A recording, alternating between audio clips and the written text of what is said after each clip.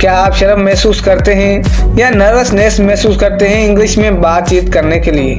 क्या आप अब भी कोशिश करते हैं कि लोग इंग्लिश में बातचीत क्या करते हैं? क्या आप शर्मिंदा हैं कि मैं लफ्ज़ों को सही प्रोनाउंस नहीं कर पा रहा? क्या आप फ्रस्ट्रेटेड हैं कि इतनी क्लासेस और किताबें पढ़ने के बावजूद मैं इंग्लिश स्पीकिंग नहीं कर पा रहा? या कभी आपने समझते हैं कि शायद मैं इंग्लिश में कभी बातचीत नहीं कर पाऊंगा? तो मेरे दोस्त, आप गलत थे।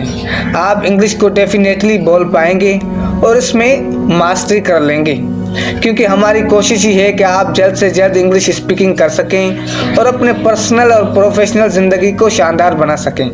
आपको पता ही होगा कि एफर्टलेस इंग्लिश स्पीकिंग की सीरीज़ में शुरू करता हुआ ये दूसरा वीडियो है। पहले वीडियो में हम बात कर चुके हैं पुराने ग्रामर ट्रांसलेशन मेथड्स की, ग्रामर फार्मूलाज और इंग्लिश एजुकेशन सिस्टम की, जिसमें सिर्फ पैसिव लर्निंग से या डायलॉग्स और वोकैबुलरी को याद करने से इंग्लिश को सीखना मुश्किल हो जाता है, और फिर सॉल्यूशन की बात की गई थी। आज इसी के सिलसिले को आगे बढ़ाते हुए हम डिस्कस करेंगे मज़ीद इंग्लिश लैंग्वेज को सीखने के सिलसिले में। हमारे स्कूलिंग एजुकेशन में एक तरह के वन राइट आंसर मेंटलिटी पाई जाती है, जो कि हमारे करिकुलम और सिलेबस का पावरफुल हिस्सा है, जिसे हमें सिखाया जाता है कि एक सवाल का मुनासिब एक जवाब है, जिसे हमें याद करने के बाद अप्लाई करना पड़ता है, जिसमें एक वर्ब टेंस इंग्लिश ग्रीटिंग सिखाई जाती है। मगर रियल लाइफ में इंग्लिश को अप्लाई करने के लिए एक्टिव माइंड, क्रिएटिव माइंड और क्रिटिकल थिंकिंग का होना ज़रूरी है, जिसमें हम अपनी सिचुएशन के मुताबिक मखसूस वर्ड्स, सेंटेंस और कन्वर्सेशन को आगे बढ़ा सकें। और ये याद रखना भी ज़रूरी हो जाता है कि हमेशा एक सवाल के कई पहलू और कई जवाबात होते हैं, जिसे हम यूज़ करते हैं। ज़रूरी नहीं कि हम एक ही तरह की रटी हुई गुफ्तगू करें और मुख्तलिफ टेंसेस को वर्क की मुख्तलिफ जगह पे मौक़ों के हिसाब से इस्तेमाल कर सकें। हो सकता है कि हम प्रेजेंट में पास की स्टोरी बयान करते हों, हमें पता ही नहीं होता कि हम कौन सा हेल्पिंग वर्ब किस टेंस में इस्तेमाल करते हैं, जिससे करंट सिचुएशन का पता नहीं चल पाता। आई थिंक अब बात क्लियर हो गई होगी कि हम स्टोरी की फीलिंग्स को चेंज करते हुए टेंस को प्रेजेंट में चेंज करने के लिए बहुत ही मुश्किलात पेश आती हैं। वोकैबुलरी को चेंज करते हैं और कभी कभी ये इंग्लिश स्पीकिंग में हम रूल्स को भी तोड़ते हैं, जिसके लिए फ्लेक्सिबल होना ज़रूरी है, न कि वन राइट आंसर मेंटलिटी रखना, जिससे हमें ये रिजिड माइंड और अनइमेजिनेटिव हो जाते हैं और नए तरीके से सेंटेंसेस को, फ्रेजेस को यूज़ नहीं कर पाते। और वन राइट आंसर मेंटलिटी रखते हुए ये भी नुकसान है कि हम मिस्टेक्स से डरते हैं। हम कोशिश करते हैं कि हम मिस्टेक्स न करें और इस तरह से इंग्लिश स्पीकिंग नहीं कर पाते।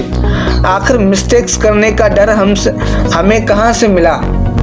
तो दोस्तों, इसका सिंपल सा आंसर है कि स्कूलों में ली जाने वाली टेस्ट्स, करेक्शंस पॉइंट आउट करने से हम डरते हैं कहीं मिस्टेक न हो जाए, और इसी चक्कर में हम इंग्लिश से प्यार नहीं कर पाते, इंग्लिश को नहीं समझ पाते। तो आपसे सबसे पहले आपको घबराना नहीं है, और हाँ, मिस्टेक्स करनी है। अगर हो जाती हैं तो इट्स ओके। खुद को इम्प्रूव कीजिए और बार बार प्रैक्टिस कीजिए। तकरीबन दुनिया के हर स्कूल्स में टेस्टें ली जाती हैं, क्विज़ेस करवाई जाती हैं और सवालात पूछे जाते हैं स्टूडेंट से, जिसमें स्टूडेंट को सही जवाबात देने होते हैं, जो ज़ाहिर है टीचर का जवाब ही सही जवाब हो जाता है। हम अपनी तरफ से अलग जवाब देने की कोशिश नहीं करते, क्योंकि हम समझते हैं एक सवाल का एक ही मुनासिब जवाब होना चाहिए। चलो सपोज करते हैं कि अपने स्कूल्स में अगर सवाल का मुख्तलिफ जवाब देते हैं तो उस्ताद हमें पनिश करता है, हमें लो ग्रेड मिलते हैं, और स्टूडेंट स्मार्ट होते हैं जो जल्दी समझ जाते हैं कि मिस्टेक्स करना गलत बात है, जिससे अवॉइड करना चाहिए। इस तरह से स्कूलिंग सिस्टम की एजुकेशन चलती है और हम इंग्लिश स्पीकिंग नहीं कर पाते, क्योंकि हम मिस्टेक करने से डरते हैं, क्योंकि हम वन राइट आंसर मेंटलिटी रखते हैं। हम समझते हैं एक सवाल का एक ही जवाब होगा, बल्कि एक सवाल के मुख्तलिफ पहलुआत होते हैं और मुख्तलिफ जवाबात हो सकते हैं, मुख्तलिफ डायमेंशंस हो सकते हैं। इसी तरह से हमारे स्कूलिंग सिस्टम एजुकेशन चलती है, जिससे हम सीख नहीं पाते, नया कुछ सीखने की कोशिश नहीं कर पाते, खुद को इम्प्रूव और बेटर नहीं कर पाते। और जब बात आती है रियल लाइफ में, मतलब कि प्रैक्टिकल लाइफ में इंग्लिश स्पीकिंग की, बात करने की तो हम फ्रस्ट्रेटेड हो जाते हैं, नर्वस हो जाते हैं और इंग्लिश किस चिड़िया का नाम है हमें पता ही नहीं चलता। इसी तरीके से हमारी पेनफुल जर्नी शुरू हो जाती है और हमारा इंग्लिश स्पीकिंग का पेनफुल सफ़र शुरू होने लगता है, जिससे हम सिर्फ उस्ताद को सुनते हैं जो कि one way reading, one way method हो जाता है जिसमें हम इन्वॉल्व नहीं हो पाते। इसलिए हम नए अल्फाज, नए फ्रेजेस नहीं लिख पाते और नहीं बोल पाते हैं और हमारे कन्वर्सेशन में इफेक्टिवनेस, एफिशिएंसी नहीं हो पाती और हम एम्बेरेस्ड और शर्म महसूस करते हैं, नर्वसनेस होने लगती है कि शायद हम इंग्लिश में बातचीत न कर पाएं। मगर आप ये वीडियो देख रहे हैं और कही हुई बातों पे अमल कर रहे हैं और बातचीत करने की प्रैक्टिस कर रहे हैं तो ये पेनफुल सफ़र आपके लिए नहीं। One right answer mentality method न सिर्फ स्टूडेंट्स को इंग्लिश स्पीकिंग में हार्ड करता है बल्कि आपके करियर को भी नुकसान पहुंचाकर आपकी कामयाबी को महदूद करता है। तकरीबन ज़िंदगी के हर शोबे में जो लोग एक्टिव, फ्लेक्सिबल और पैशनेट हैं वो ज़िंदगी में बड़ी कामयाबियां हासिल कर सकते हैं, शानदार ज़िंदगी गुजार सकते हैं। इंग्लिश स्पीकिंग आप बहुत सारी गलतियां करते हो मगर ये गलतियां ही आपकी कामयाबी का सबूत है कि आप खुद को बेहतर और इम्प्रूव करना चाहते हैं। सच तो ये है कि नेटिव स्पीकर्स भी गलतियां करते हैं मगर वो गलतियों की परवाह नहीं करते, वो बस बोलना चाहते हैं। वो ग्रामर मिस्टेक्स की, स्पेलिंग मिस्टेक्स की परवाह नहीं करते, उसकी केयर नहीं करते, वो बस कम्युनिकेट करना चाहते हैं, अपने thoughts, ideas, feelings, emotions, opinions को शेयर करना चाहते हैं। तो अगर आप भी इफेक्टिवली कम्युनिकेट करना चाहते हैं तो मिस्टेक्स की परवाह मत करिए, फ्लेक्सिबल होकर बातचीत करने की कोशिश करिए और प्रैक्टिस करते रहिए।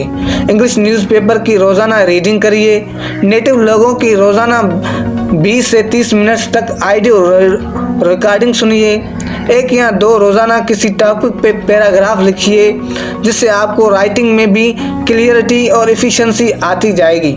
आपके आइडियाज़ भी फिल्टर होकर वैल्यूएबल होते जाएंगे और आपकी बातचीत में फ्लो और फ्लुएंसी आती जाएगी।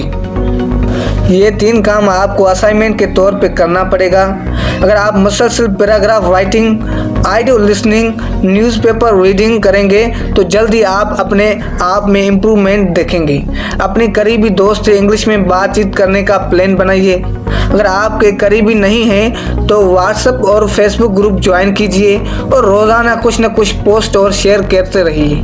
और तो और कई इस तरह के सॉफ्टवेयर्स और ऐप्स प्ले स्टोर और गूगल से आपको मिल जाएंगे जहां से आप फॉरेनर से बातचीत करने का मौका मिलता है और इंग्लिश स्पीकिंग में आपको आसानी से फ्लो, कॉन्फिडेंस और सेटिस्फेक्शन मिलती है।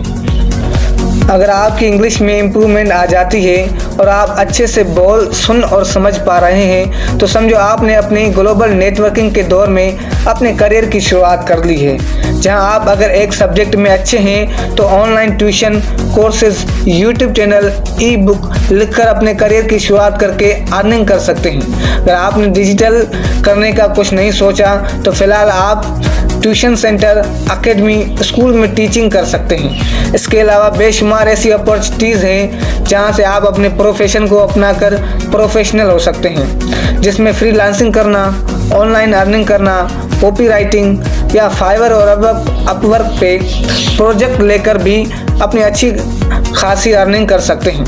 अगर आप शागिर्द हैं तो ऐसे राइटिंग, असाइनमेंट्स, प्रेजेंटेशंस, कॉलेज में है तो रिसर्च वर्क, फ्रेमवर्क्स, नोट्स बनाना आपके लिए आसान हो जाता है। अगर यूनिवर्सिटीज़ में हैं तो डिग्री ले रहे हैं तो फिर भी लेक्चर्स की बुनियाद पे नोट्स बनाना, सेंटेंसेस को अच्छे तरीके से बोलना, स्कोर करने के लिए आपका अच्छा वक्त गुजरता है।